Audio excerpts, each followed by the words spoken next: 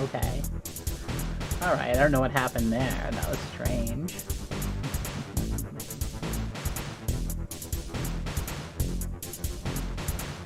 Let's look at Sophie for another moment before I switch back over. Isn't she a cutie?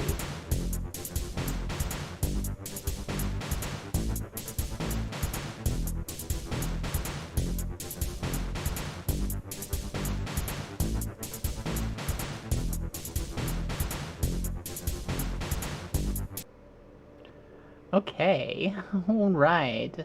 Well, tonight's starting off smashing. Don't know how that happened. For some reason my microphone wasn't registering. I had to unplug it, replug it back in, and reset up the settings. Wonderful. Anyways, let me redo my introduction that was completely muted there for a few moments. I apologize for that. My name is Bloody Esme, and welcome to the Mirror Shade.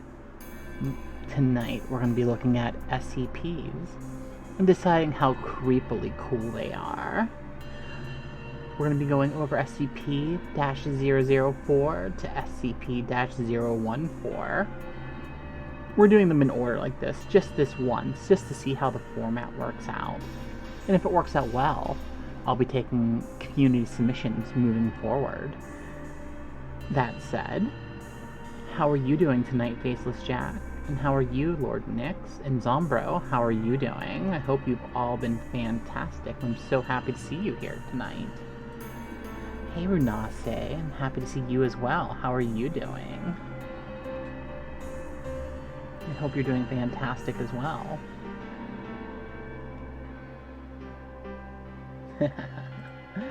You're horizontal, eh?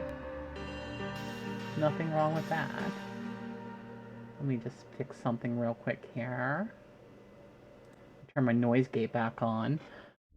Okay, I forget what I had it set on the other one. So hopefully by turning this down to 36.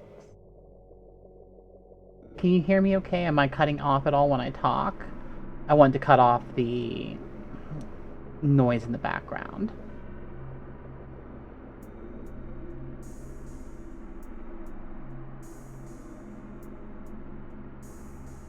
I'm doing very well, thank you for asking, Runase. Oh, excellent, excellent. I just wanted to make sure, because I know the gate settings are weird, but my computer is extremely screechy. So I didn't want to have that over top of my voice while I was talking, so I had to put the gate on to get rid of the screechy sounds of my computer. She's dying. She's got probably another year or so in her at best. Hopefully I can afford to replace her by then. As I was saying, we are going to go over some SCPs tonight. Who's excited? If you look over on the couch, you might have noticed that Sophie has moved and we got another guest in our dolly pile. I completed another dolly this week. This one is of Cabal. If you don't follow Cabal, VT, on Twitch or Twitter, you should. He is super cool and a great horror VTuber.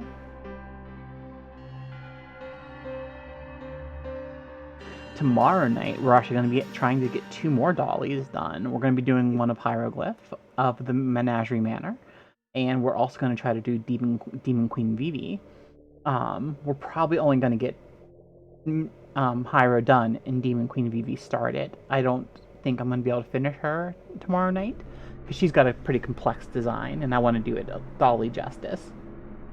That said, hope everyone else is doing fantastic, because I know I am ready to deep dive into these SCPs. Just take a look at them and just really decide how well were they put together. Are they really a threat? Are they really cool? How do they look? Does the picture that was given match the description? Well, that's not going to go into their factors. That's just something I'm going to comment on, because not all of them have a picture. We're going to go over all this good stuff today, and it's going to be fantastic. I'm very excited for this one. I know I said I might stream last night. I just wasn't really up to it, so we ended up just watching a movie in the Discord. Which, if you are not a part of the Discord and you would like to join the Discord, we do watch movies in there quite often. Last night we watched Jennifer's Body, which is an underrated horror classic, if I do say so myself. And if you do so decide you feel like joining if you're not already there, please join in.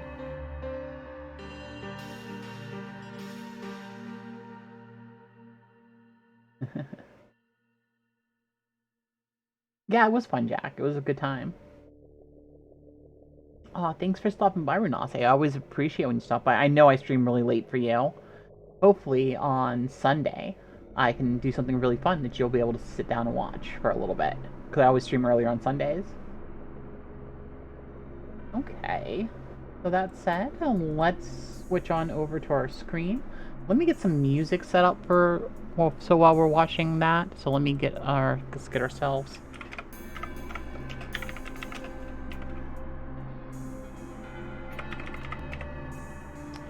All right. Let's switch our screens over. Boom, boom, boom. Jabam. Okay.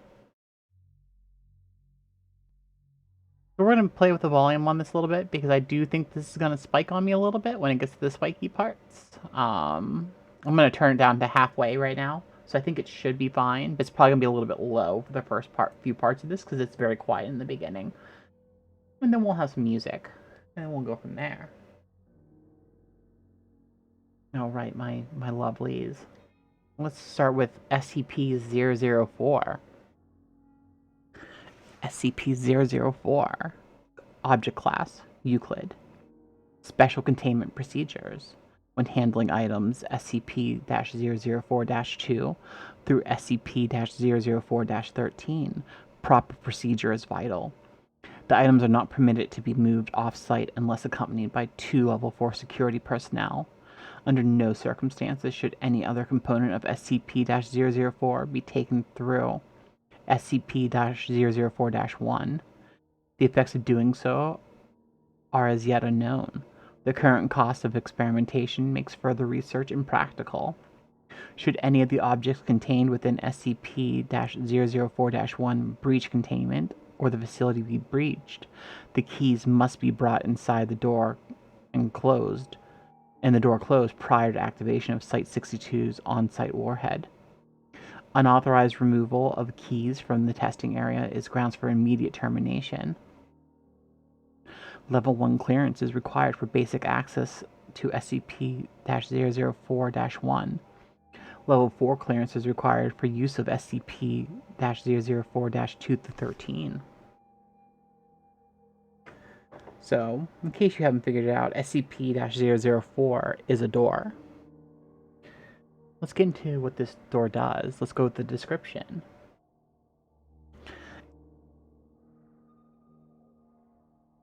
SCP-004 consists of an old wooden barn door, that is known as SCP-004-1, and a set of 12 rusted steel keys, SCP-004-2 through SCP-004-13. The door itself is an entrance to an abandoned factory and data expunged. Oh, yeah, it seems like we just have the luck of items that are everyday household things.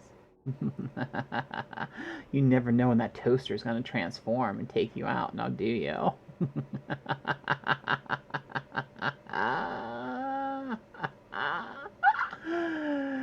Hi, Scottzilla. Welcome to the stream. Now, let's find out why SCP-004-1 is so dangerous, and what's so dangerous about the factory it leads to. The chronological history. July 2nd, 1949. A group of 3 juveniles trespassing on federal property near Redacted find the door. According to their testimony, they found a set of rusted keys in an iron lockbox and determined what door the keys unlocked. The juveniles are taken into custody after they contact Sheriff Redacted. When one of their friends, SCP-004-CAS-01, goes missing. July 3rd, 1949. Hello. Thank you so much for the follow, Zayless. Thank you. Welcome to the Mirror Shade. I'm Bloody Esme. Tonight we're going over SCPs-004 to SCP-0014. We're rating them on how cool they are, how well written their bio was, what they did, and all that good stuff. We have this standard ranking we're going to do through S through D. And I'm going to be pretty brutal with these. I'm going to be brutally honest. If I think an SCP here sucks, I'm going to throw it down in D with no hesitation. I am not one to play around with such things. There's no kid gloves needed here. And quite frankly, even if the writer of this SCP was here, I would be like, listen, if you didn't want it thrown down in here, get your writing chops up. I wouldn't be that mean. I'm going to be constructive with all this. I'm not going to be like, oh, this sucks, this poo, and throw it down there. So I'll be constructive with all this. But really, we're just seeing, is this something that we should fear? Is this something that is scarier than it should be? Or is this something that really has no reason to be contained by this group of security protectors? Where were we? July 3rd, 1949. Local authorities find the severed right hand of SCP-004-CAS-01, 8 kilometers from SCP-004-1. Other parts of SCP-004-CAS-01's body are found scattered as far as 32 kilometers from the factory. Under investigation, the apprehended juveniles tell authorities that upon opening the door, that one of the keys, SCP-004-CAS-01, was torn to several pieces, each of which disappeared. At this point, the SCP Foundation takes over the investigation. July 4th, 1949. SCP Agent Redacted obtains the keys from the local authorities to begin testing. Tests show that SCP-004-2 through SCP-004-13 all fit into a single lock on the door, on the large barred door. 12 Class D personnel are assigned to test the effects of the door. Of the 12 test subjects, each trying a different key to enter the room, only 2 survive. Opening the door with any key except SCP-004-7 or SCP-004-12 caused the test subjects to be torn apart in multiple directions. However, no dismembered parts were found until later. At the time of writing, only 2 parts of each subject have been recovered, with the exception of the subject missing SCP-004-redacted, whose pieces were scattered in close proximity. The others have, for all intents and purposes, vanished from existence. Of the 2 surviving subjects, only one, having used SCP-004-7, returned unharmed. The other came back in near catatonic state, able only to remove himself from the room and then collapse on the floor, and had to be restrained to prevent him from gouging his eyes out. See Appendix A, Mental Health Effect of SCP-004. The subject using SCP-004-7 said that he had entered a large room, impossibly big for the size of the attached building. After his exit, SCP-004-1 was propped open and an armed squad of Level 3 personnel entered. The size of the room is impossible to measure. The doorframe and the individuals in the room are the only part of the room that can be felt or illuminated.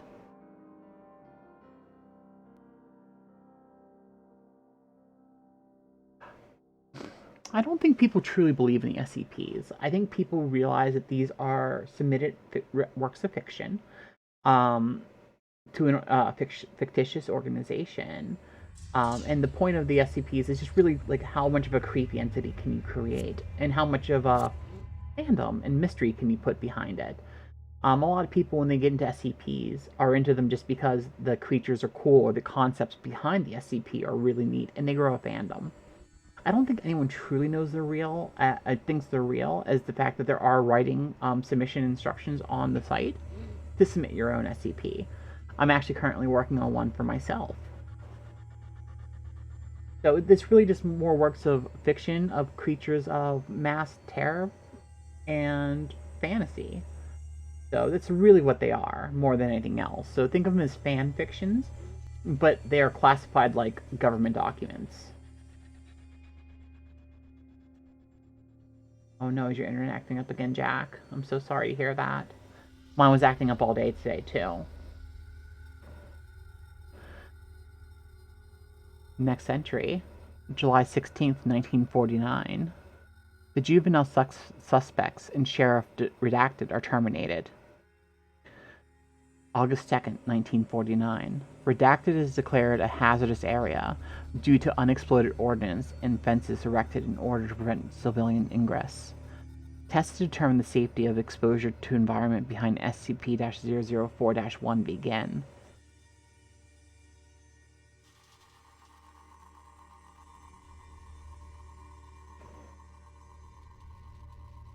December 1st, 1950. Space-time anomalies resulting from exposure to SCP-004 confirmed. Testing is suspended until further notice. July 2nd, 19 redacted. The unaccounted for remains of SCP-004-CAS-01 appear unexpectedly outside of SCP-004-1. Despite being killed decades before, the remains of SCP-004-CAS-01 are not decomposed in any manner and are still warm to the touch. Blood remains uncoagulated. The remains are remanded for testing. July 4th, 19 redacted. The unaccounted for remains are one of 12 original test subjects appear in a similar manner to those of SCP-004-CAS-01. The remains have been designated SCP-004-CAS-02.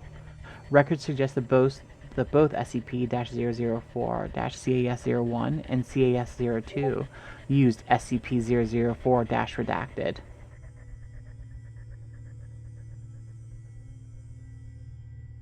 March 21st, 1999.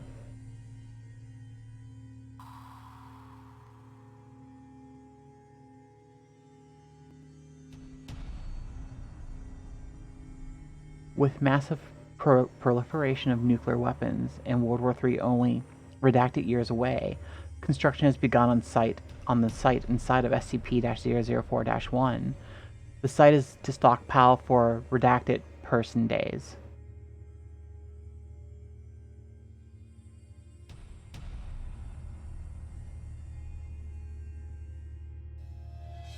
April 21st, 1999.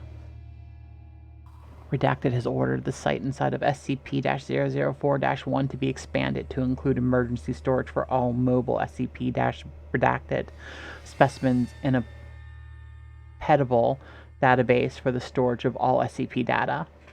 The facility is now referred to as Site-62. September 25th, year 2000. Site-62 is operational. Labs and containment units are complete and can contain the most dangerous specimens. Backup of SCP database has begun. January 25th, 2001. Due to time anomalies, see space-time anomalies below, all personnel working at Site-62 are now required to reside on-site permanently. Families of personnel are to be informed that loved ones perished in an industrial accident. Clone bodies have been prepared for funeral. August 14th, 2003. Massive power outage across northeast United States and through Canada due to the initial failure of multiple SCP generators. Site-62 was without power for 53 minutes. During those 53 minutes, those on the site were completely without any source of light. They reported sensing creatures and people, although no abnormal entities could be seen or felt. Selected family personnel were allowed to read Redacted, Appendix A, and said the creatures sensed were of humanized size, but otherwise similar to the massive green creature described. Space-time anomalies. SCP-004 seems to propagate spatiotemporal anomalies. Personnel leaving the facility report losing time. Those who have been on the site for weeks insist they have only been in the facility for several days. And records of work completed and supplies consumed support their claims. Other temporal anomalies involve SCP-004-2 through 13, especially the reappearance of SCP-004-CAS-01 in SCP-004-CAS-02, exactly redacted years after using SCP-004-redacted. Redacted has been assigned to investigate all aspects of these time anomalies. Spatial anomalies include the impossibly large dimensions of the area opened by the SCP-004-7. Similarly, the 2003 blackout incident suggests that there exists an alternate plane of existence within the same space that Site-62 occupies. Additional notes. Testing of SCP-004 reveals that 10 of the keys open SCP-004-1 on a dimension where the laws of physics and topology are significantly different than those of our home dimension. Test subjects meeting these hostile conditions are torn apart, their body parts deposited in various locations, only 3 of which have been verified to be of an Earth. Material deposited at 2 of these points appear immediately. Material deposited at the 3rd appears exactly redacted years into the future. The other 7 locations are currently unknown. Current testing focuses on 2 avenues of research. The first, finding ways to survive SCP-004's hostile topologies. The second, data expunged, suggests that SCP-004-2 through 13 may open doors other than SCP-004-1. Interesting. Here's a little bit of soda can opening ASMR for you. Appendix A. Mental health effects of SCP-004-12. All Class D personnel using SCP-004-12 returned in catatonic state, unable to speak. Some may have enough energy left to try to claw out their eyes. Of the 16 subjects, only 4 have survived. Only 1 has regained speech. Following long-term psychotherapy, he was able to tell the psychiatrist that he saw a massive green creature, so large that much of its body extended beyond the field of his view. He reported innate fear and sudden recognition, as if there were something buried deep in his primal fears, and forced implantation of incomprehensible memories. The subject displays acute anterograde and retrograde amnesia. Appendix B. Additional information. SCP-004-14. Discovery date, September 2nd, 1950. Origin of object. Object was discovered elsewhere in the factory and previously undiscovered in the previously undiscovered manager's office. Description. Object appears as a large varnished wooden box. The box may be unlocked by the safe key, SCP-004-7, as well as 5 of the unsafe keys, documented in C document SCP-004-1. Upon locking SCP-004-14 with SCP-004-7, the box opens automatically on hinges. The volume of the space inside is precisely 5 times larger than the outer dimensions imply. Items placed within while the lid remains open do not affect the weight or any of the properties of the box. When the lid is closed and locked, however, all items inside vanish irretrievably.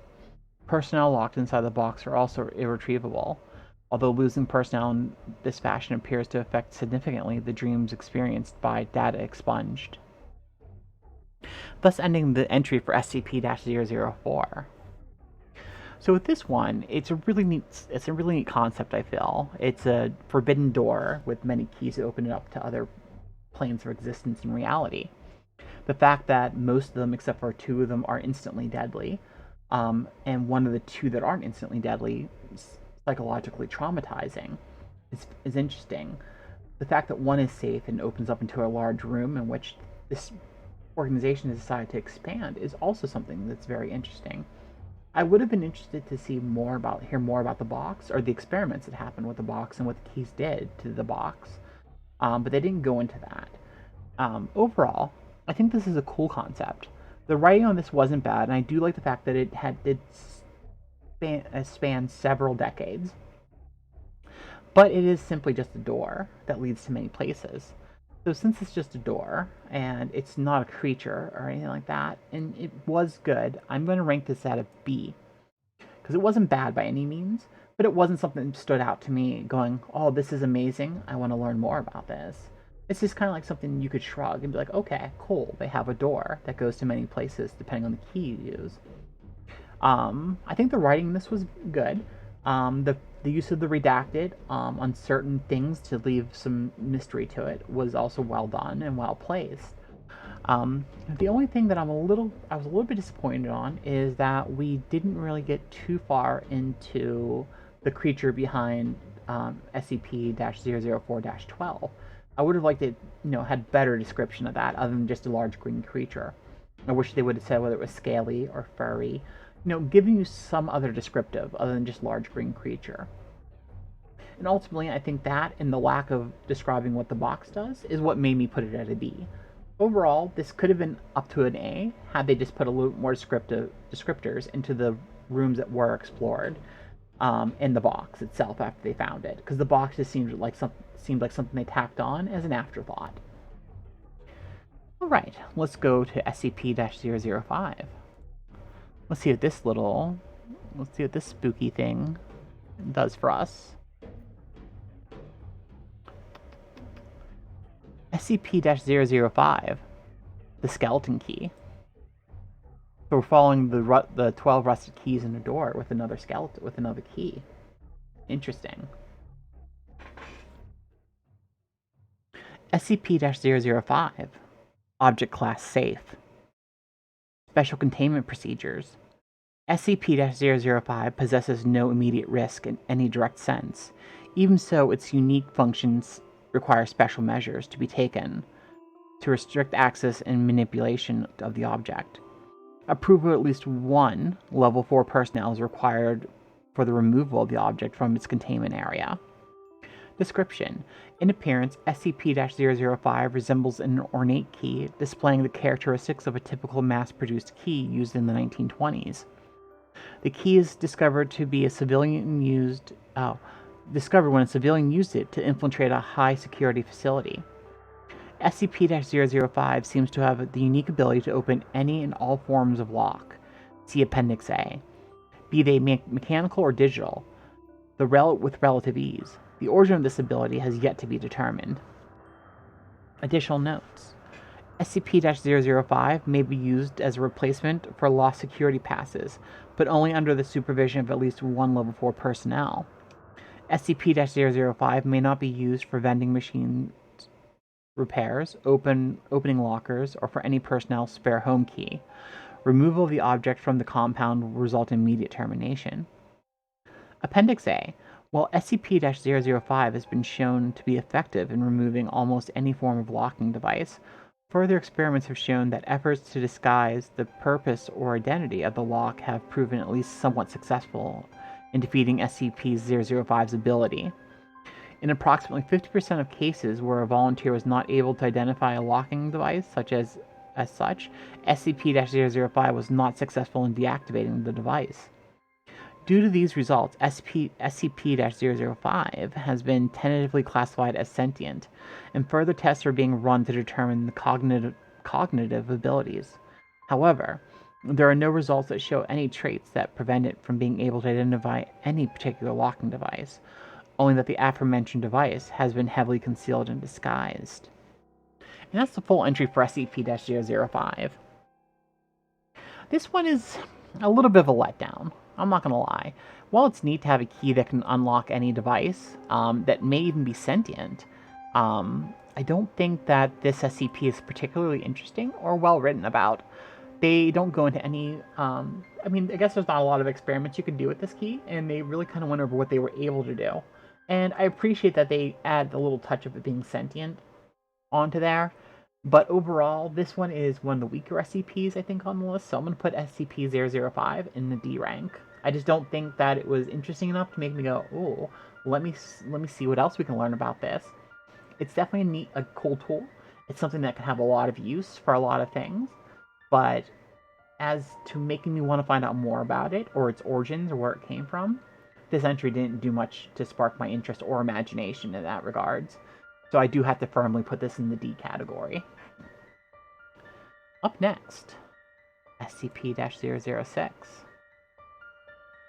So let's see what this one is. SCP-006, the Fountain of Youth. So the Fountain of Youth is something that's been in a lot of literature. So I think we all have a basic concept of what this thing is. So let's go through the SCP reading. This is not a long one. Well, let's see what it says. Let's see if it adds anything onto the mythos of the Fountain of Youth beyond what we know from literature and stories. Let's see if it adds any layer of intrigue, making it more interesting than it kind of is. Right now, it's a very WYSIWYG object. You know what it does. You know what it does through movies, and there's been different forms of it. Sometimes you have to drink from a special cup. Sometimes you have to pass tests to be able to use it. It's always different. But let's see what the SCP version of the Fountain of Youth is, shall we? Under direct orders of the founder, access is limited to those with overseer clearance.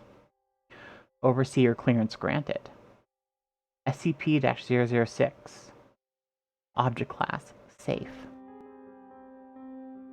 Special containment procedures. Whereas the nature of SCP-006 does not warrant any extensive containment, a certain level of secrecy is necessary regarding the object's existence and properties for obvious reasons. The following procedures are required not for personnel safety, but to deny or hide knowledge of SCP-006 effects from the personnel who interact with it. 1. All personnel interacting with SCP-006 in any physical way are required to wear modified Class 6 BNC suits. Before personnel are allowed to perform procedures, they must be briefed with material SCP-006-B or SCP-006-C. SCP-006-A briefing is the correct one and is restricted to only those with 05 clearance. To ensure personnel are wearing suits properly, they are to be submerged in a pool of water. Any air bubbles spotted signify a leak in the suit. Procedures for SCP-006 are to be carried out under extreme surveillance in case of contact with SCP-006. The commander in charge will announce Procedure 006-XI-12, which the personnel have been briefed to believe to mean high toxicity is present and they must evacuate. 3. Any procedure in which liquid is acquired from SCP-006 must be approved by 3 05 level personnel. The liquid is to be transferred in a quad sealant container under armed guard. 4. If at any time personnel come in contact with SCP-006 or the liquid from SCP-006, they are to be confined and terminated after sufficient studies are done. Due to the nature of SCP-006, the most effective termination method is incineration. For full report, see file SCP-006-TER-05. Description: SCP-006 is a small spring located 60 kilometers west of Astrakhan. Foundation Command was aware of its existence since the 19th century, but they were unable to secure it until 1991 due to political reasons. On the spot of the spring, a chemical factory has been constructed as a disguise, with the majority of laborers under Foundation and/or Russian control. Liquid emitted from the spring has been chemically identified as simple mineral water in 1902, but has an unusual property of health. Ingested, the liquid produces the following properties in human beings: the ability to regenerate DNA, damaged by sufficient duplication, heightened excitement of cellular duplication, vastly improved abilities in the repair of damaged tissues, and a frightening increase of the effectiveness of the human immune system. Upon testing the Foundation on animal subjects, hostile bacterial and viral agents were destroyed immediately. Any reptiles and birds were unaffected, while higher primates experienced the same benefits as humans. And that is the end of this SCP file. So, like the key, I have to put the Fountain of Youth into the D tier. Simply just, yes, sometimes it's like. The reason I'm putting this into the D tier is because they hint at special procedures and other files that they don't bother to give us. A lot of these SCP files will have those additional files and procedures as addendums. This one didn't. This one just kind of went over some basic stuff and how the SCP Foundation contained it. I think some of the properties of how the major foundation is lying to its employees and what it is to keep it a secret is interesting, but overall they didn't tell us what those false reports were, and I would have liked to have seen those. I would have liked to have read those. I think had they added those false reports in, plus with the true report, I think they could have easily had bumped this from a D up to a B, but they didn't. So sadly, we have to rate the SCP-006, the Fountain of Youth, as a D tier. It's not very good.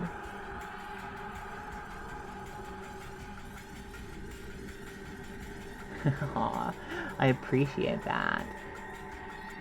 I do try to be the creepiest cute that I can. Alright, so let's go on.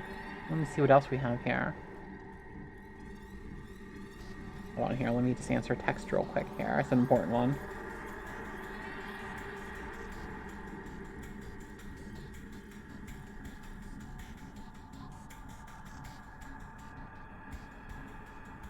Sorry about that. This will just be a second. Okay, that's taken care of. That was for my parents went away on a vacation, and I'm watching their cat for them. They want to know how their cat was, so I had to text them back so they didn't start freaking out thinking something bad was happening. They trust me to get overreactive with things. Just want to know how the cat was. She's being a good girl, not a little bit attention whory. Not that there's anything wrong with that. I do quite enjoy that a lot. Alright, let's move on to the next SCP. Alright, SCP-007 is our next... I don't want to say victim, but the next entry we're going to read. This one I'm actually kind of excited to read and has some interesting... just from the name alone and the picture I found of it. I'm very interested in this one. This one's called the Abdominal Planet. SCP-007. Object Class, Euclid. Special Containment Procedures. SCP-007 is to be contained in a sealed room measuring 10 meters on each side. The room is to be furnished comfortably as a living area, along with whatever items are requested by Redacted, hereafter referred to as Subject. Given that providing Subject with the requested items would not compromise security, Subject is not to be allowed to leave the room, and is to be detained with force if necessary. Description: SCP-007 is located within a cavity in the abdomen of Subject. Subject is a Caucasian male, is physically approximately 25 years of age. Subject claims to be 28 and 176 centimeters in height. Most of Subject's abdomen, muscle, skin, and organs is absent, though Subject does not appear to suffer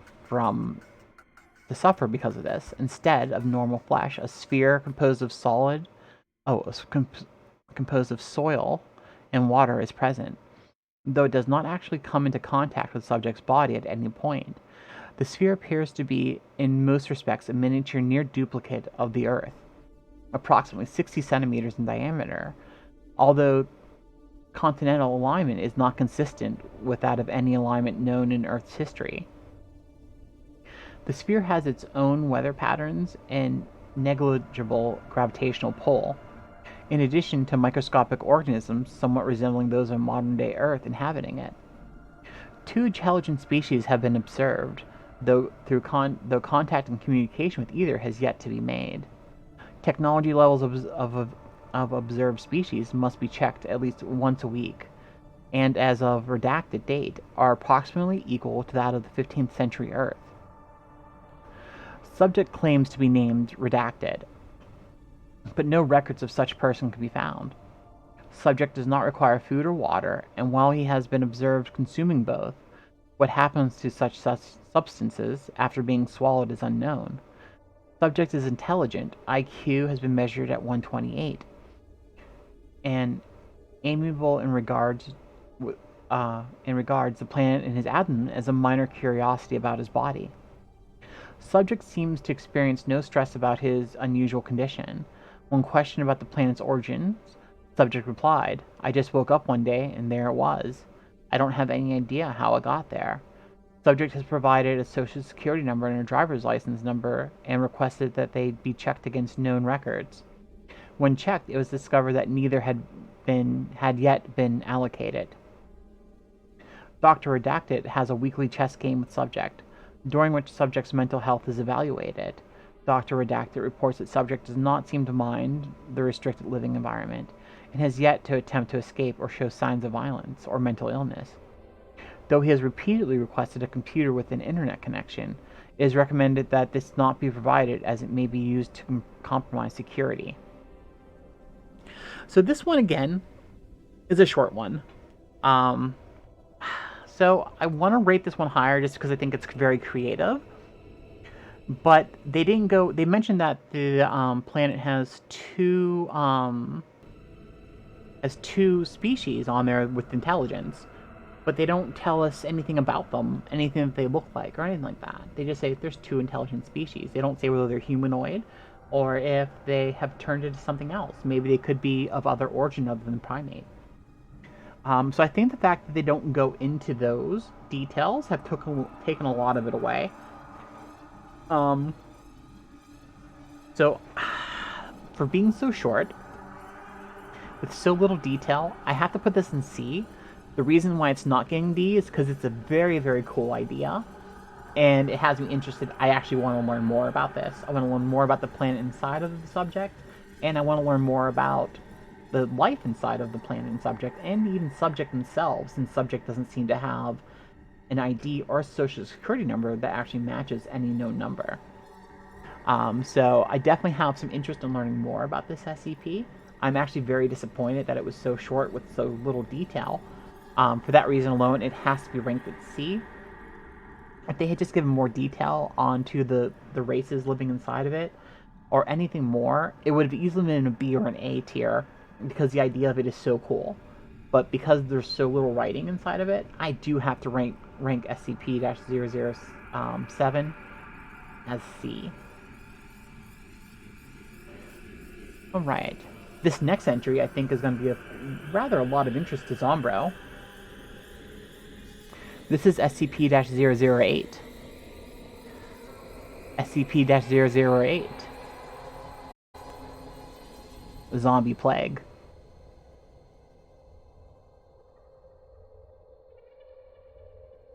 SCP-008. So the cool thing I do want to start off with this one is this one starts off with, by order of the Overseer Council, the file is subject to level 4 classification. Level 4 clearance is required. So that's all is on the page initially. And then there's a little box underneath you can click, which goes security clearance adequate, accessing file, and you get the rest of the file. That alone is a very nice touch that was added onto the coding of this page. So that's already going to get a little bit of a point. So even if this entry isn't the best, it's already going from D to C for that little extra thing they added on there. But this one this one is a short one. So let's see where it gets to.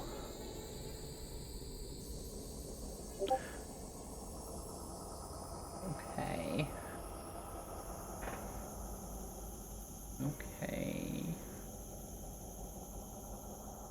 Hold on. So I just had to send that out real quick there. They said they'll be here to pick up the cat in about 3 hours, so I just wanted to let them know. Okay. Sorry about that. So SCP-008. Class Euclid. Special containment procedures.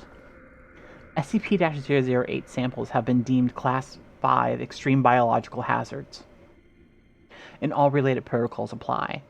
Incineration and irradiation measures will be deployed in the event of political or military action, which may result in the facility being dismantled. A power failure or zero communications from operatives or outside channels during any given 8-hour period. The quarantine period for operatives leaving the facility is 4 months. If a breach has occurred, incineration and irradiation measures shall be deployed. It should be the policy of all G2 sites to not prepare an evacuation procedure. Description: SCP-008 is a complex prion, samples of which are stored in each of the known G2 sites. Research into SCP-008 is highly classified and primarily aimed at preventing research which may lead to the synthesis of SCP-008 in the distant future.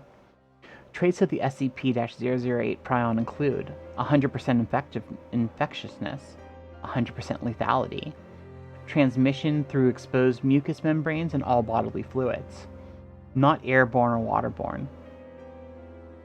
Symptoms of infection with SCP-008 manifest no more than 3 hours after exposure and include flu-like symptoms with high fever plus severe dementia in later stages, coma onset approximately 20 hours after first symptoms appear and 12 hours after noticeable dementia.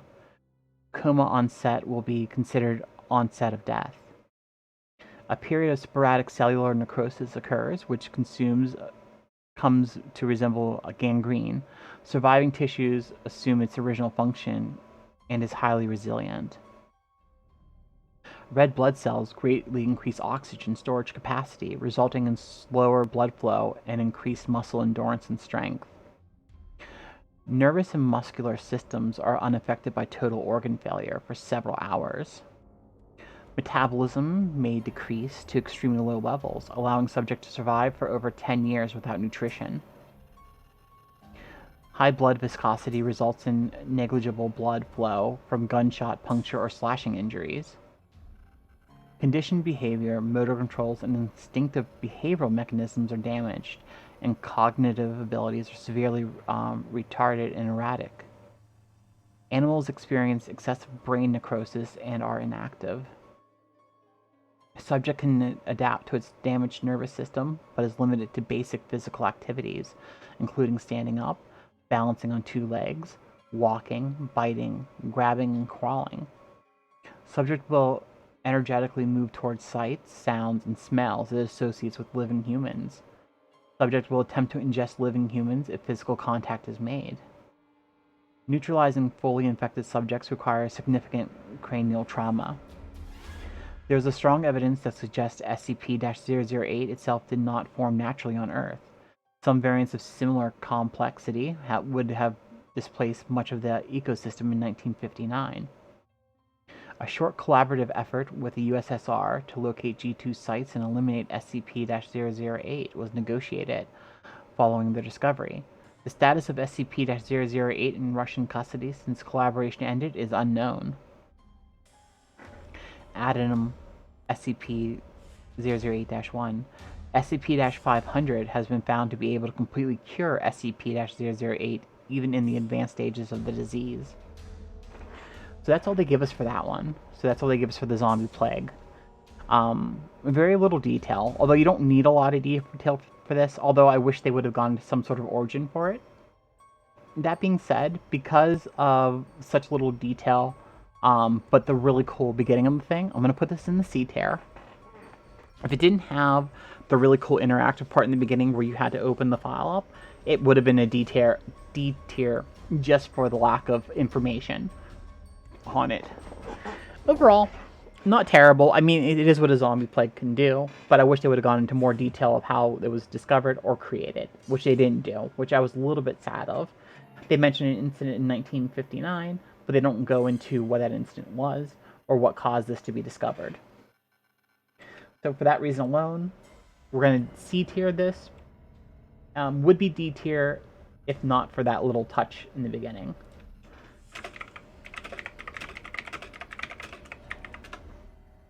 Okay, so the first 5 SCP entries we've read have not been overwhelmingly cool, the door with the 12 keys being the neatest of them, and the most detailed. Most of these have been very short so far. Let's move on and see what the next one has to offer us.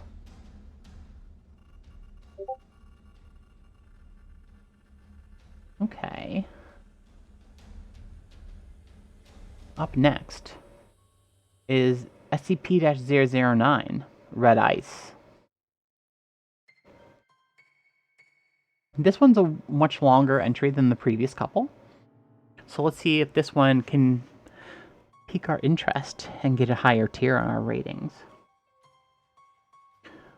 Item SCP-009. Object Class Euclid. Special Containment Procedures. Object is to be contained within a sealed storage tank of heat-resistant alloy with dimensions no less than 2 meters by 2 meters by 2 meters. Under no circumstances should SCP-009 be exposed to temperatures in excess of 0 degrees Celsius. When not undergoing testing, and no water-based solution shall be allowed within 30 meters of the object's containment area. Object chamber is to be fitted with the temperature sensors, which must be monitored at all times. It is best kept refrigerated by no fewer than 3 redundant cooling units. Any malfunction of sensors or of coolant systems is to be reported and repaired immediately. If at any time the temperature in the containment area climbs above -5 Celsius, the chamber is to be locked down and flooded with coolant until temperature returns to safe levels, at -30 degrees Celsius to -25 degrees Celsius. Containment area is to be kept in total vacuum during testing, and personnel interacting with the SCP-009 must wear full environmental protection gear. Following testing, all equipment, personnel, and other materials must undergo dehydration procedures and be quarantined for no less than 12 hours. Any moisture found displaying properties of SCP-009 is to be quarantined and added to the containment area as soon as possible. Living organisms found to be contaminated by SCP-009 are to be terminated by chemical dissociation, and extracted molecules of SCP-009 added to containment. Description: SCP-009 is approximately redacted liters of a substance which superficially resembles distilled water, except with a distinct bright red hue. The red hue is discernible in all phases and serves as the most expedient method of identifying contaminated matter before its anomalous properties manifest. In contrast to the mundane water, SCP-009 assumes a liquid phase at temperatures between -100 degrees Celsius and 0 degrees Celsius, and a solid state above those temperatures. At temperatures below -100 degrees Celsius, SCP-009 vaporizes into a gaseous phase similar to steam. Examinations of the atomic structure of SCP-009 have proved inconclusive. The substance appears to be identical to normal water molecules, with the exception of redacted, in contrast to standard laws of enthalpy. Dr. Redacted, Site Redacted's resident expert in xenospatial physics, suggests that SCP-009 may originate in a universe with alternate physical laws. Oh, thank you so much, Faceless Jack. I will hydrate.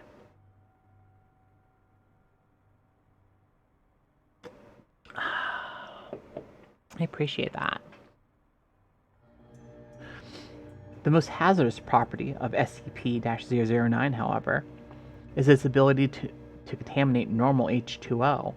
When in contact with any aqueous solution, SCP-009 will, through unknown mechanisms, transfer its anomalous properties to other objects and creatures.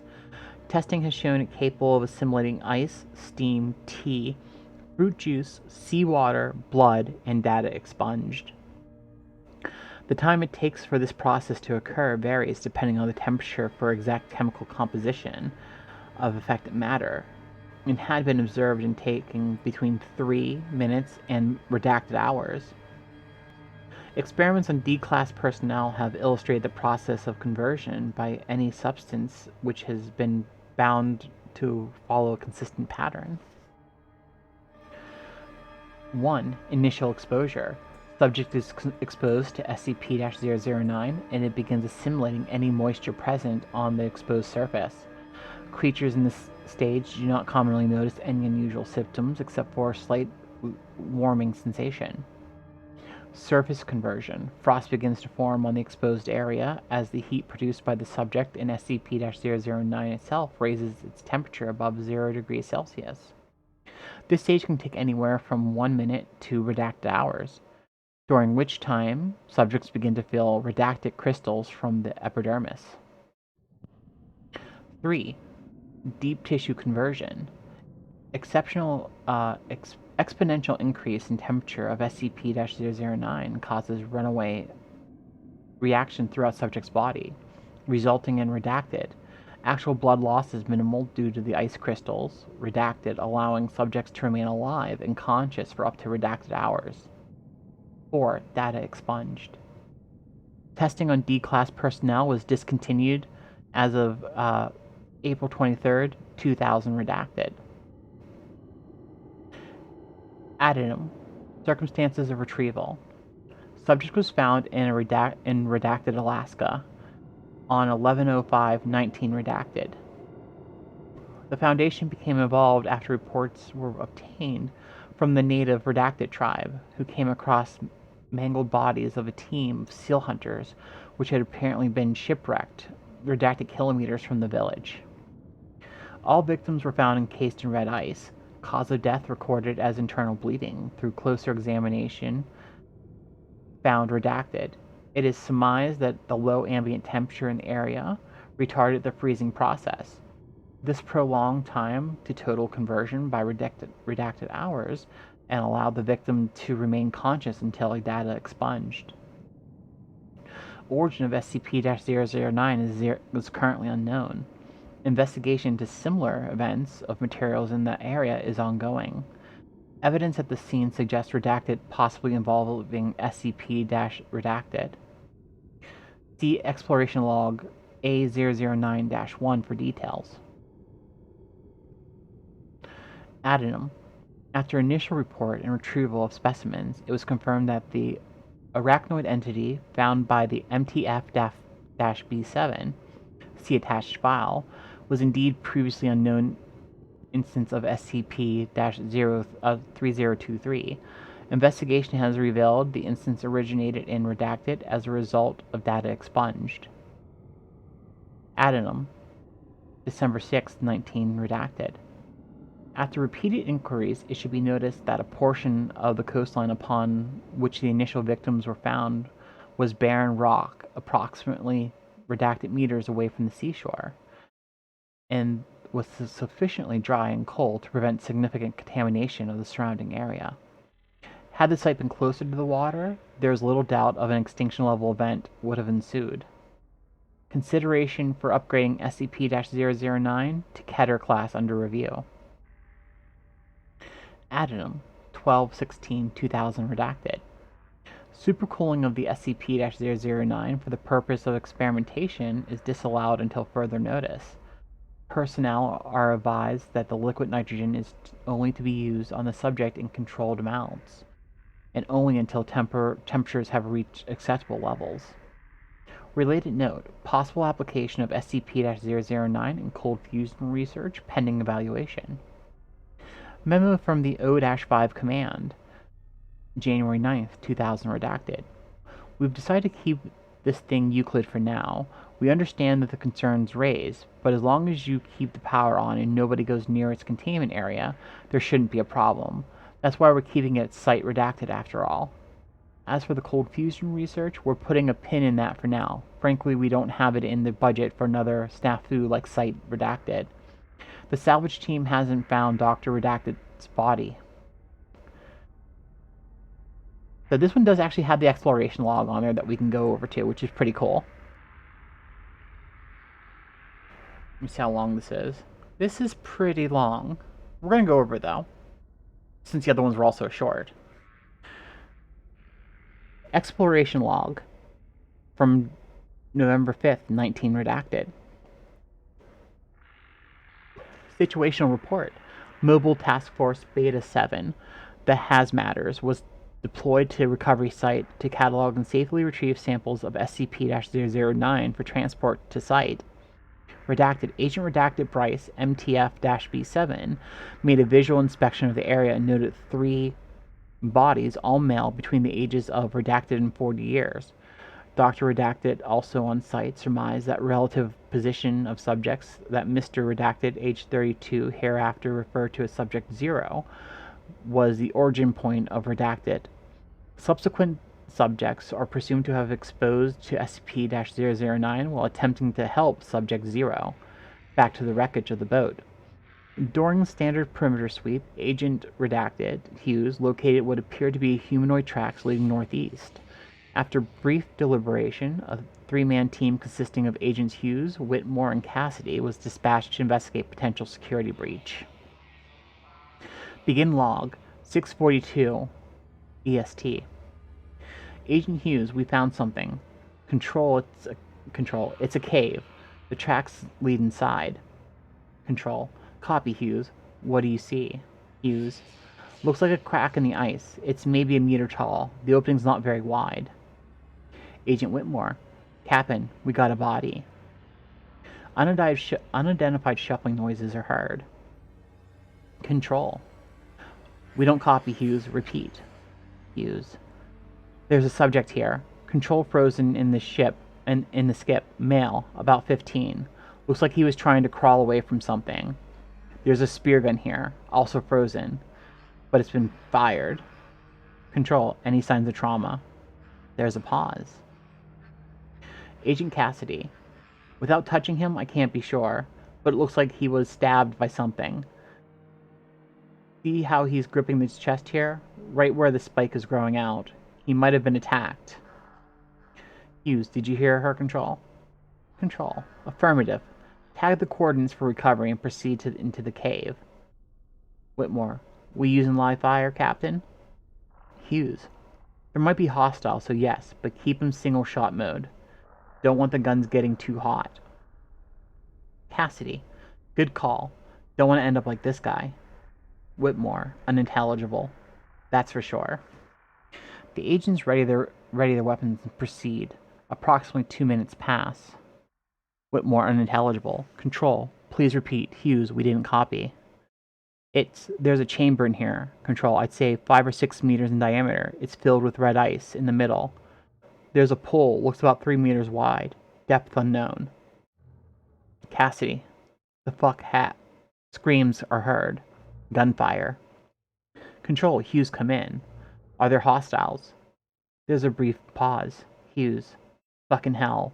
Negative. Control, just Jesus, a fucking polar bear. It's dead. There's dozens of bodies here. Not human.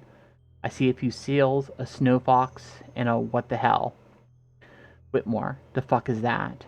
Cassidy, no, no, no, no, oh god. Control, Hughes, do you copy? Hughes, Cassidy found a spider, a giant spider. There's a pause during which the shuffling and hard breathing are heard. Control, is it alive? What do you mean by giant? Hughes, I mean fucking huge. Control, at least a meter leg span. It's frozen. Wait, no, shit.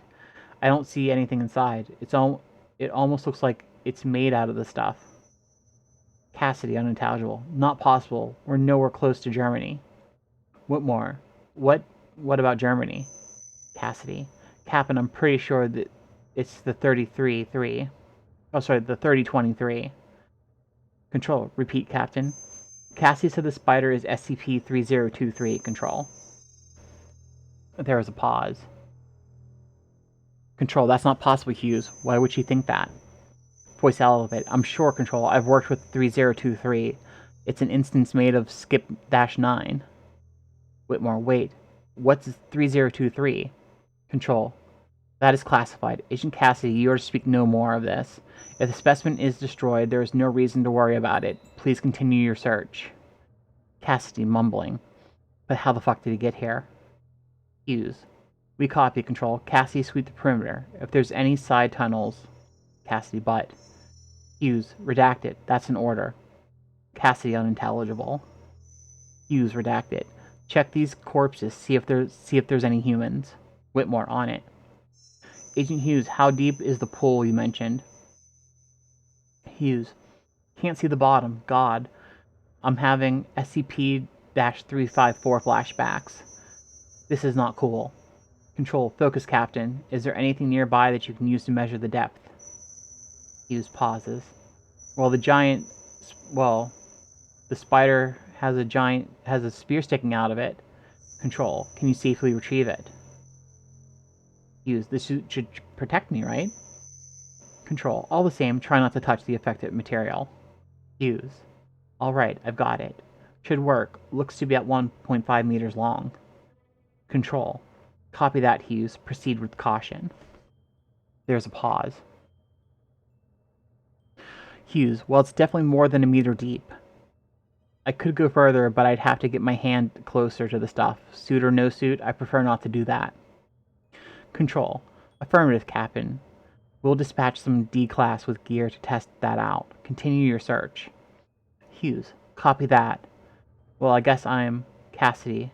Voice distant. Captain. Hughes, standby. Control. What is it, Cassidy? Cassidy, voice distance. I think you're going to want to see this, sir. I think I know where the spider came from. Hughes, Control. We're going deeper in the cave. Control. Affirmative. Proceed. Approximately 1 minute of boots crunching on ice and packed snow. Hughes. Oh, that's not good. Control. What do you see, Captain? Hughes. An aperture, about a meter in diameter, is covered in the stuff. Cassidy. 10 seconds of silence. Hughes. Redacted report. Control. Do you have a visual on Agent Cassidy? Hughes. No. Shit, she must have gone inside. Control. Please remain calm. Describe this aperture. Hughes. It just looks like a tunnel, but there's no ice past the mouth, red or otherwise. I can make out a dim light coming from somewhere inside. Might be Cassidy's torch. Control. Is there anything else unusual? Hughes. Cassidy. Control. Captain Hughes, please respond.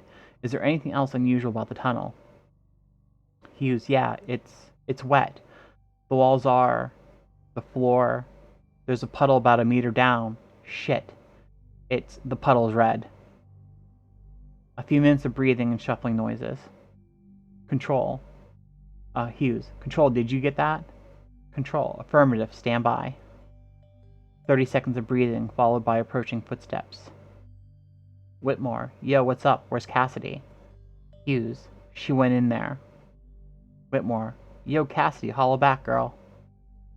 30 seconds of silence. Hughes unintelligible. Control, I'm going in there. Control, negative, Hughes. We're rerouting the team of D-Class for recovery. Your orders are to withdraw and rest of your team and await further instructions. Withdraw the rest of your team. Hughes, data redacted. Whitmore, whoa, hold up, take it easy. Control, you have your orders, Hughes. I don't think I need to remind you. Data expunged. 45 seconds of silence. Hughes, copy. Control, let's go. Redacted. Okay, so that was pretty cool.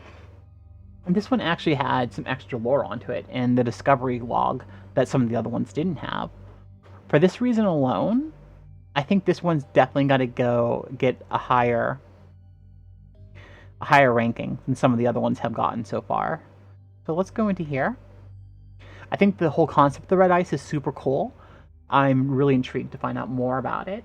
I think the fact that it ties into another SCP that I don't know anything about yet, which seems to be a giant spider of some sort, also has me really curious. I think that log added a lot of lore onto it, and I think that for that alone, this is an S-class one, because this is one that I legitimately want to find out more about. I want to see what other things could have been, related to the red ice.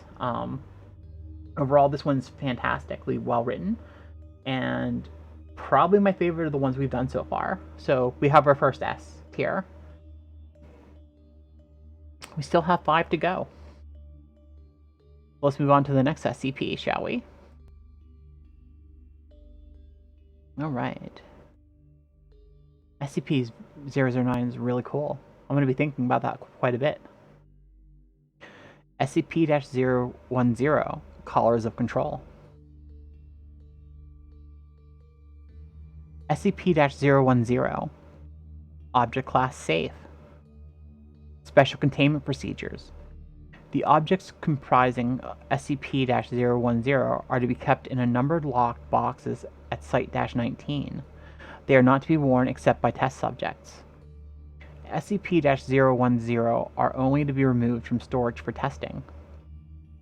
Description: SCP-010 consists of a series of 6 apparently identical cast iron collars with numbered metal tags and 1 remote control. The control is SCP-010-1. The collars are SCP-010-2 through 010-7. The collars contain intricate electronics components and are powered by small 5mm diameter, 2mm thick, 100-volt batteries. These batteries are rechargeable. The remote is a heavy black box resembling an old-style handheld radio transmitter receiver with a primitive blue-white cathode ray screen and a series of more than 100 unlabeled buttons, as well as a frequency tuner. Through trial and error, the frequencies of all 6 currently found collars have been discovered. A label in Russian is stamped into the metal, along with a logo consisting of workers building a pyramid. No official Russian cooperation or government agency uses this logo or matches the words stamped into the metal. Placing the collar around the neck of a person and securing it allows one to control their every movement with the remote. It is also capable of producing an adrenal response and activating or deactivating the sympathetic nervous system. Most of the abnormal features of the collar is the effect that they have on the body morphology. They allow the user of the remote to reconfigure the shape of the victim to an extent that is apparently only limited by the knowledge of the programming language of the remote. Addendum 010-1 History. SCP-010 was discovered in the basement of a lone man in the Midwestern United States after a local disappearance was connected to him. When the police raided the man's house, they found SCP-010 as well as several dead bodies. One of the bodies was identified to be the man. The others were several other missing persons. Cause of death seemed to be mass suicide. However, there were signs of significant struggle first. Addendum 010-2 Disassemble Experiment. Test 1. SCP-010-2 taken apart piecewise, the parts labeled in several photographs taken and then reassembled. Result: after reassembly, SCP-010-2 continues to function. Test 2. SCP-010-8 constructed identically to SCP-010-2, but with the closest approximations available to the unreplicable components. Result: SCP-010-8 fails to function. Test 3. Unreplicable components from SCP-010-2 placed into proper locations on SCP-010-8. Result: SCP-010-2 ceases functioning with removal components. SCP-010-8 begins functioning. Test 4. Components returned to SCP-010-2. Replicable components in SCP-010-2 replaced randomly with replicas. Result: SCP-010-2 begins functioning with return of components. Changing replicable components for replicas does not significantly reduce functionality. Replacement of damaged transistor decreased time from transition to effect of SCP-010-2 response to commands entered by the remote by 12%. Addendum 010-3. SCP-0-010 has been demonstrated to work more effectively in creating unskilled labor than for any other task. The logo is apt. Dr. Redacted. So this one was a short one. Not a whole lot to this one. I will say that I don't dislike this entry, but I don't think it was great. I don't think that it... Honestly, I don't think I can put this any higher than D tier. Just because there's very little lore behind it. They go through some testing and stuff like... No, I'm going to bump this up a little just because the addendums. They did do testing to try to figure out things about the collar, which I thought was cool. They went through how if you there are some parts that of the components that they could replicate with things they had, and if they did that, it worked. But if they tried replicating parts that they didn't know what they were, it didn't work anymore. So I appreciate that. For that reason alone, I'm going to put this into C rather than D, because I do think that the author of this entry did try, but I really wish they would have added more into it. I think that the backstory with where they were found made little sense.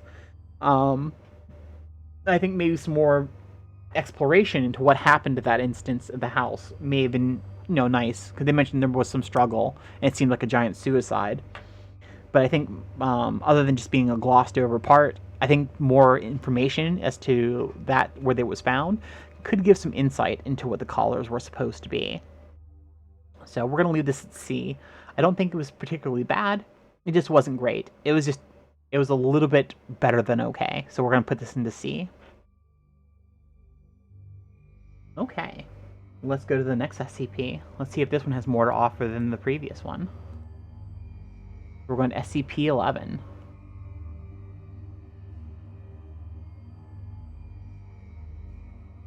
All right. SCP-11, Sentient Civil War Memorial Statue. Well, this one sounds like it could be interesting. SCP-011, Object Class Safe. Special Containment Procedures. Item SCP-011 and the area surrounding it are to be cleaned once every day for safety purposes. Cleaning should start at least 30 minutes before sundown. Cleaning should always be performed by at least 2 personnel who are also advised to note anything unusual about the item or the debris cleaned up. In a situation where the item cannot be cleaned for more than 2 days, local residents must be contacted and instructed not to approach the item. Description: SCP-011 is a Civil War memorial statue located in Woodstock, Vermont. The statue is the image of a young male soldier holding a musket at his side and carved out of granite quarried within the area. Occasionally, SCP-001 has been observed lifting its musket into the sky to fire at birds, which attempt to land on or defecate on it. Reports detail that its movements produce soft grinding sounds but do not cause any structural failure. Oddly, the gunfire is very similar to that of a standard firearm, despite observations that the item only loads granite bullets and granite powder into the musket, which is also unharmed by the firing. In spite of its efforts, some fecal matters does manage to strike SCP-011. It has reportedly become distressed when it has a large amount of feces on it, on some rare occasions even firing at humans. Those assigned to maintain SCP-011 are to see document number 011-1 for instructions. Document 011-1, Maintenance Brief. Document Archive 2004. Accessible to personnel with security clearance 2/011 or higher. Additional information. SCP-011 seems sentience has increased since the first report of activity in 1995. As of 2004, the item's containment procedures have been dropped, but it remains under constant observation. Recorded below are landmark events of its activity. March 12, 1995. Woodstock residents reports the statue's eye moving, first sign of activity. September 30th, 1995. Statue shoots musket for the first time. October 9th, 1995. Statue begins shooting birds from the sky. January 25th, 1996. Registration as SCP-011 containment procedures begin. April 14th, 1997. SCP-011 observed moving casually and looking around. May 3rd, 2000. After caretaker redacted jokingly shouts, "Good shot," to SCP-001, the item replies, "Thank you," in a reportedly very human voice. First speech from statue. October 22nd, 2001. SCP-011 has conversation with caretaker redacted. 2001, shooting a bird stop. February 6, 2002. At the imploring of Redacted, SCP-011 steps down from its pedestal. 2003 to 2004. SCP-011 reaches a human level of self-awareness. November 10, 2004. Containment procedures dropped. Custody of SCP-011 transferred to Redacted. May 17, 2005. Redacted reports that SCP-001 is romantically attracted to her. August 29, 2006. Most recent psych test reports an IQ of 133. And that is all that's on here for this one. So that was another short entry. It was a neat little entry. I do feel that this one was another weak entry, though. I think the concept of the statue was cool. However, the fact that they didn't even try doing any testing to the statue, or to see the testing, to test the granite, to see where it's from, see if there's any kind of properties to the granite, or anything like that, I think were a little bit disappointing. The little added parts at the end with us getting to see how the statue is becoming more and more sentient were cool. So I can't rank this one at D, but I can't take it above C tier either, just because there's so little in there and so little detail to some of the things that were done to test it. So living Civil War statue is firmly set at C tier. Up next, let's see, we have. Okay, let me go over to here. We have SCP-012.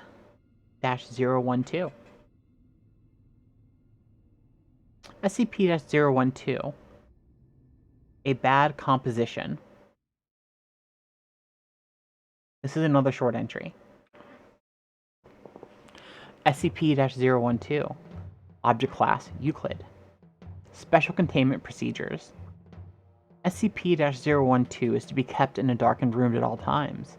If the object is exposed to light or seen by personnel using a light frequency other than infrared, remove personnel for mental health screening. An immediate physical. Object is to be encased in an iron-shielded box, suspended from the ceiling with a minimum clearance of 2.5 meters from the floor, walls, or any openings. Description: SCP-012 was retrieved by archaeologist K.M. Sandoval during an excavation of a northern Italian tomb. Destroyed in a recent storm. The object, a piece of handwritten music score entitled On Mount Golgotha, part of a larger set of sheet music, appears to be incomplete. The red-black ink, first thought to be some form of berry or natural dye ink, was later found out to be human blood from multiple subjects. The first personnel to locate the sheet, Site 19 Special Salvage, had 2 members descend into insanity, attempting to use their own blood to finish the composition, ultimately resulting in a massive blood loss and internal trauma. Following initial investigations, multiple test subjects were allowed access to the score. In every case, the subjects mutilated themselves in order to use their own blood to finish the piece, resulting in subsequent symptoms of psychosis and massive trauma. Those subjects who managed to finish the section of the piece immediately committed suicide, declaring the piece would be impossible to complete.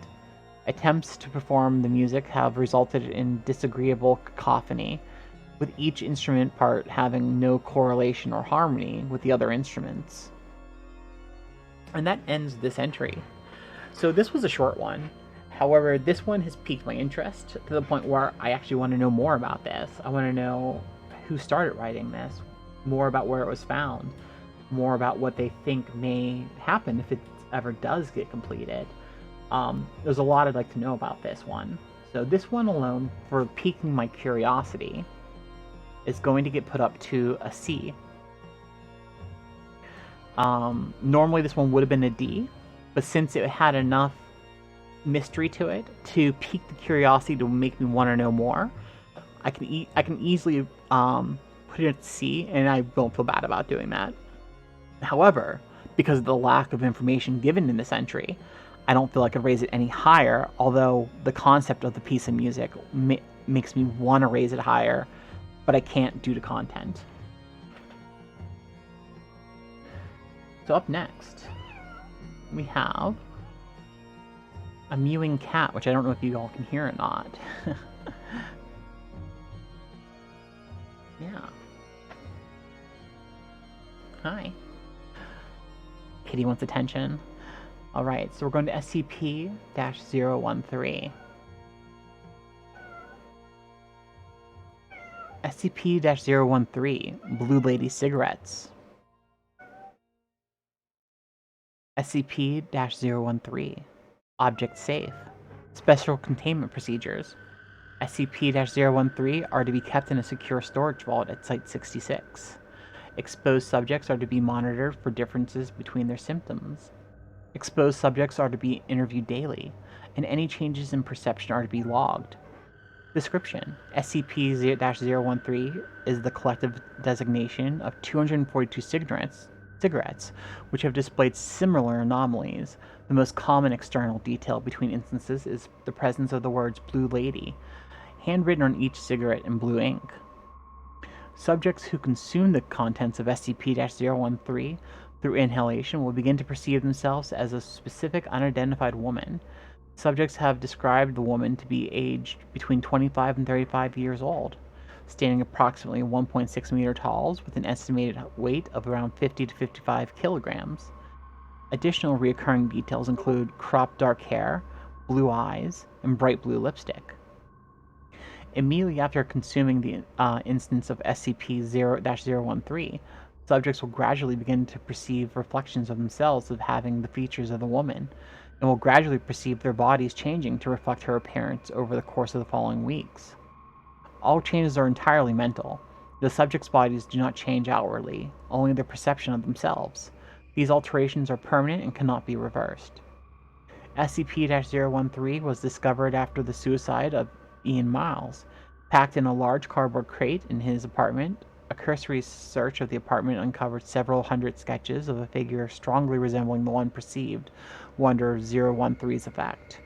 Miles' body had been found sitting at a desk, dead of a massive overdose and draped over a handwritten note described below. During the investigation of Miles' apartment, one civilian investigator became affected by 013's effect. An embedded agent soon contacted the nearest site. The subject, the artifact, and the related evidence were extracted and contained. Currently, 217 instances of SCP-013 cigarettes are contained at Biosite 66. 25 SCP-013 cigarettes are contained at Research Sector 09, pending future research into similar anomalous effects. Addendum. Below is the note which was acquired along with SCP-013. I see her everywhere. That sad blue lady. I feel like I used to, crossed out, know her, but I can't remember. I love her, but I don't know why. She's so beautiful and sweet and clear, but I don't know any more. Her favorite flavor. Where did you go? I miss you. And that ends that entry. This entry... Oh, thank you so much for the follow, Gentleman Eldritch. I really appreciate that. Welcome to the Mirror Shade. My name is Bloody Esme. Tonight we've been going over SCPs 004 to 0014. We just finished entry 0013, which was Blue Lady Cigarettes. We were just about to rank it onto our chart here and go over what we felt and just talk about how I felt about it. So this one I'm going to place down at a D. Well, I thought some of the ideas behind this were very cool. I don't feel it went into a lot of detail, and I would have liked to have seen more into the testing of this. And overall how they perceived what what did cause and all that stuff. They are. Some are very cool, some are not that great. Right now, today, this is a test run for this series, so we're just doing 4 through 14 in order. If people do like this, I'm going to do community submissions moving forward, where I will read the entries, and, oh, excuse me, sorry.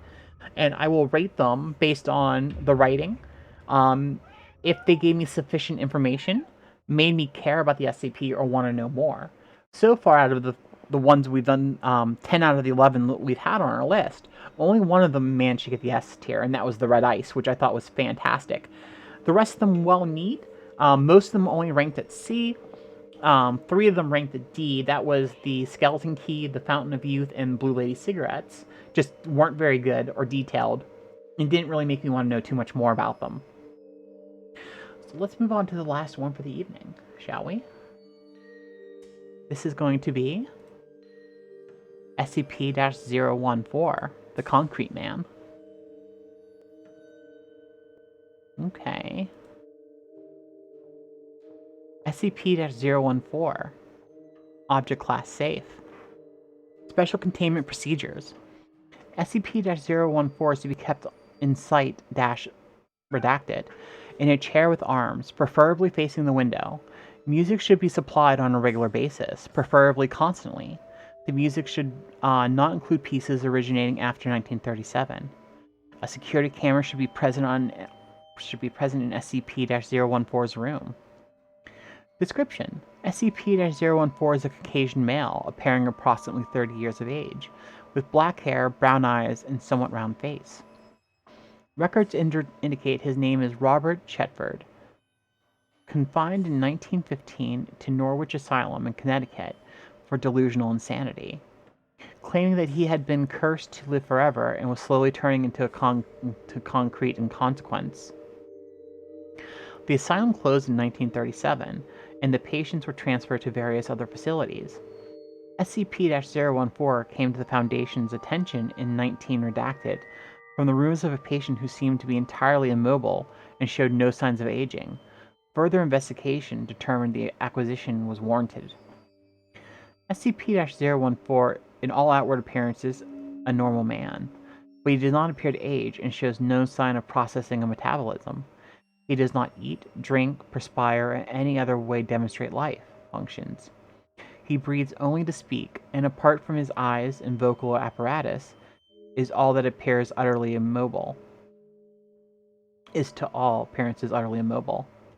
He has never shown any evidence of pressure ulcers, despite his position not having varied for several decades. Neither do his muscles appear atrophied. He can converse normally, but shows little knowledge or interest in events since his confinement. Addendum. Note, frankly, were I to interview this man without knowing his history, I think he was a perfectly sane and well-adjusted individual who happened to be quadriplegic. As it is, I have to conclude that he's the ultimate proof of the idea that the mind rules the body. He thinks he's concrete and will live forever, and so he's as close to both as he can be somehow. Dr. Redacted. So this is another short entry. Well, I think it's cool, and I think that the doctor's note added some perspective onto this one, that this is more of a case of someone whose mind has so convinced them utterly that this is what's happening to them, that they will live forever, that it's making the body react to such the mind. So it's more kind of like a mind over matter thing. So for that reason alone, for the whole consequences of this, that mind over matter can affect the human body so much, I'm going to put this into C. It wasn't particularly long, but I do like the concept that they presented there, and I would like to see what else can be done with this concept. So, ending tonight, we only had one of the entries make it to S tier, and that was the Red Ice. That author went above and beyond with the transcript on that one, which really added a lot of lore to it and interest to the subject matter. Had that transcript not been there, the Red Ice would have likely ended up in B, because it was interesting enough on its own to at least warrant a B tier. The door with the 12 rusty keys was also an interesting concept, which warranted the B tier, plus there was a lot of information on it. The remaining entries were all roughly short, with little to no information, so whether they made D or C tier was basically on how interesting the subject matter was. The Abdomen Planet had to have more information, or just more anything. Could have easily been an A to S tier, but since it was so small, with so little information, I couldn't justify putting anywhere beyond C. Same with the Zombie Plague. Had they given me more information on that, that would have easily made B to A tier, but there was hardly anything in it. So that is the cryptid tier list, the SCP tier list. This is the test run for it. What do you all think? Is this something you'd like to see every Thursday going forward with community submissions? Having community pick the SCPs that we go over and rate rather than just going in order. I know going in order, we're going to run into a lot of duds, and I'd like to see what people think are their favorite ones that they'd like to have rated. Is that something that you would all like to see? If so, I'll put a Twitter poll up later because I know a lot of people are probably multitasking right now. But I'll put a Twitter poll up later, and we can go over if people want to continue on with this series, or if they don't like the series very much, or if there's something they like to see differently, and we'll go from there. So overall, tonight's stream is going to be a little bit of a short one because we finished this off. There are a lot of SCPs. That's the reason why I wanted to do community submissions, just so that so the community can pick out the ones they want to see done and have them tiered up against each other. I will probably do, since these go pretty quickly, this went a lot faster than I anticipated. We're probably going to up it from 11 to... So 11 took me almost an hour and 41 minutes. So I'm probably going to up it to about 20. And we'll do 20 a week with 20 submissions. So that's what we'll probably do. We'll do 20 submissions of SCPs. I will start a Twitter post sometime tonight so people can start, and I'll limit people to one per for now. And as we get closer to next Thursday, I'll allow multiple submissions if I don't have 20 by that point. So yeah, so this will be a new week. Every Thursday will be SCP Thursday. We will read the SCP entries. We will rate them. And as we get more followings and people are more interactive, I'll have you all to give me your opinion on them too. And maybe your opinion can sway me from putting something in one place or the other. Maybe your opinion can get me to lower it or even raise it to another tier, because maybe you'll present something I hadn't thought of. So it will be much more interactive. This was, like I said, was just a test run, and I wanted to see how it went and if people were interested in it. That said, let's get ourselves a raid, and let's go raid somebody. I do believe Demon Queen Vivi is raiding tonight, and I do love Demon Queen Vivi's content. She's usually working on artwork. I don't know what she's working on tonight, but her streams are very chill, and she's a great artist, and she usually does some really cool monsters and stuff like that. Her model is really cool and has multiple forms, so it's quite a treat. So let's go ahead over there and raid her, and make sure when you get there to let her know that you're coming from the Mirror Shade, and just give her lots of, just give her high fives and make sure she knows that you're coming from Esme. All right, everyone, I will catch you all later, and we'll be back tomorrow night for some art. And chilling and talking about horror movies and stuff like that. So we're going to be doing some more Scuffed Dollies tomorrow night. We're going to be doing Scuffed Dollies of Hieroglyph. And we're also going to start Demon Queen Vivi's Scuffed Dolly if we finish Hieroglyph. So until tomorrow night at 7 p.m. EST, I hope you have a beautiful night. And thank you so much for joining us in the Mirror Shade. I'll see you next time. And remember, I'm always watching.